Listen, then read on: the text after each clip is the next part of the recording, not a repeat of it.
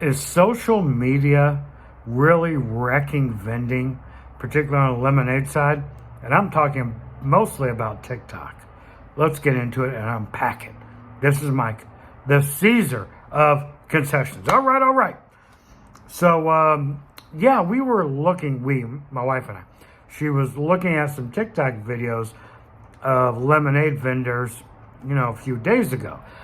And this lemonade vendor was talking about how they can make, how you can make lemonade at home. And I was like, oh, okay, little different for a lemonade vendor, but okay, that's fine. And then I went to the rabbit hole of TikTok and started searching up things about, lemonade at home, and the amount of content I found about how, festival lemonade vendors are overcharging you, or a scam. You should make it at home, this, that, and the other. And then some were talking about, how you should start your own business, which I definitely agree. Everyone should start their own vending business. But it got me thinking, is TikTok creating part of the oversaturated market that is happening currently in lemonade vending? I mean, it might be a part of it. So let's kind of break this down. How are you using your TikTok?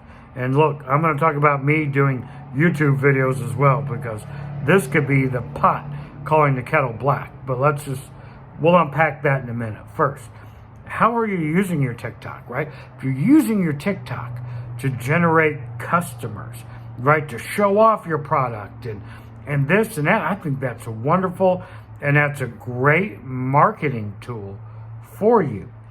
But on the flip side, are you using it for other vendors? That's another way to do it.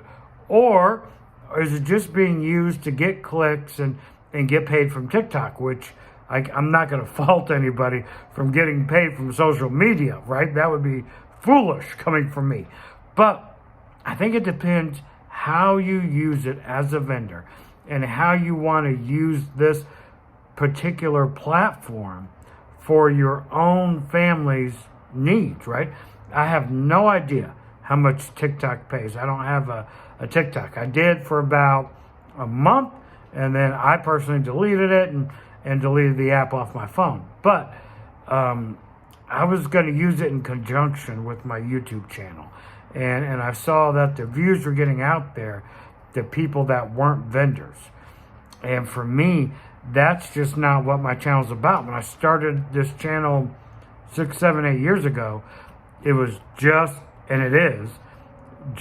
for vendors exclusively, because I struggled when I first started, and I figured I could help people with the learning curve so they wouldn't struggle as long as I did and my family did when we first started, right? That we could cut that learning curve in half and get you to be productive much quicker than I did. So I think it really depends how you want to use your social media platform, particularly TikTok.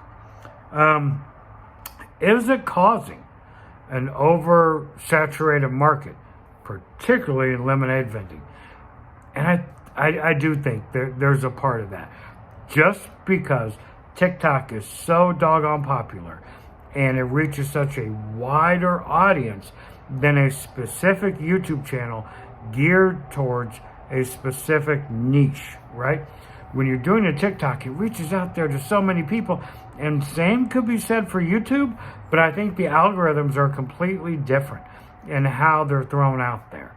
And then it also depends upon how you're using your channel. So do I think it's causing that? Yeah, to a degree. Do I think it's the end-all, be-all why there's oversaturated market, particularly in lemonade vending? No. But I think it has a part to play in it. So, how are you using your TikTok? Please let me know in the comments below and what you think about what I'm talking about here. I have a membership group. It's only $2 a month. You can join that, get exclusive content from me. We do workshops twice a month where we talk about all kinds of things vending related. Over 100 members. Can you imagine being in a workshop with a bunch of other vendors from across the country and the world talking about their vending experiences. $2 a month. I'll leave a link in the description. Now, I make videos.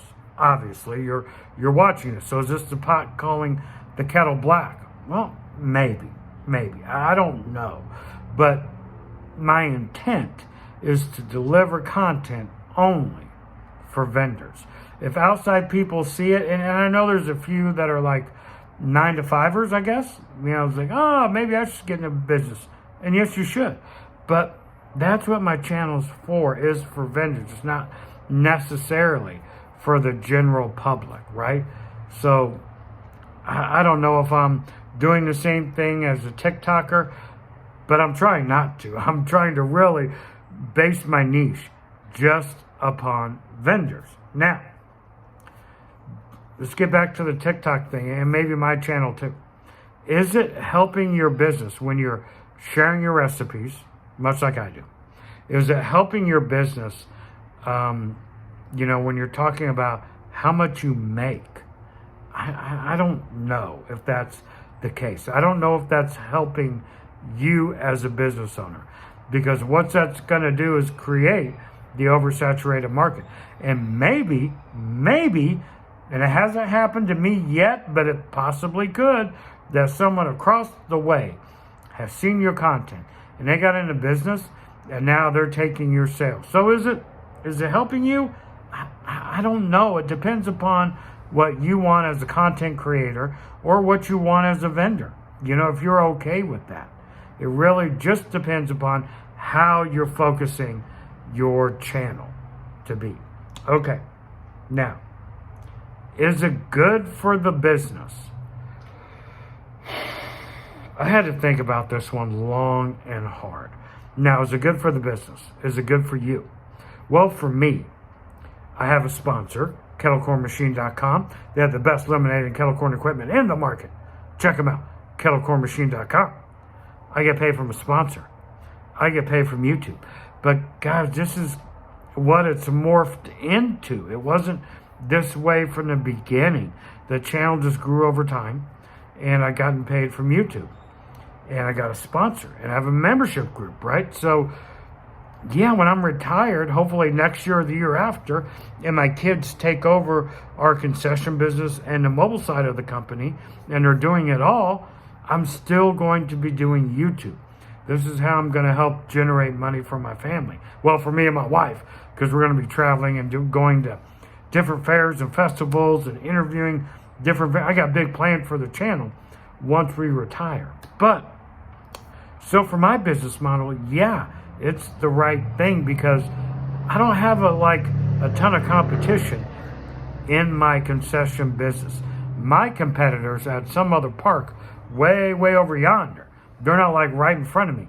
But are they taking some of my ideas? Probably. Could it be hurting us? No. Because it's a total different ballpark. They're not taking my customers specifically, right? And as you notice, I don't do a ton of videos about and showing our mobile site because that's where my kids are at. And I don't want to give them any more competition than what they're dealing with. Now, as far as the recipes go, yeah, I've definitely shared some recipes because I think it really helps vendors. But we haven't shown all of our recipes. And I haven't given away all of our family secrets about vending and this and that on YouTube, right? Because I still have to hold on to some things that keep us special. So I don't know. I think it was a good topic, and I'd like to see what you guys think about it. Am I just crazy? I don't know. Maybe. Hope you enjoyed the content. This is Mike, the Caesar Concessions, out.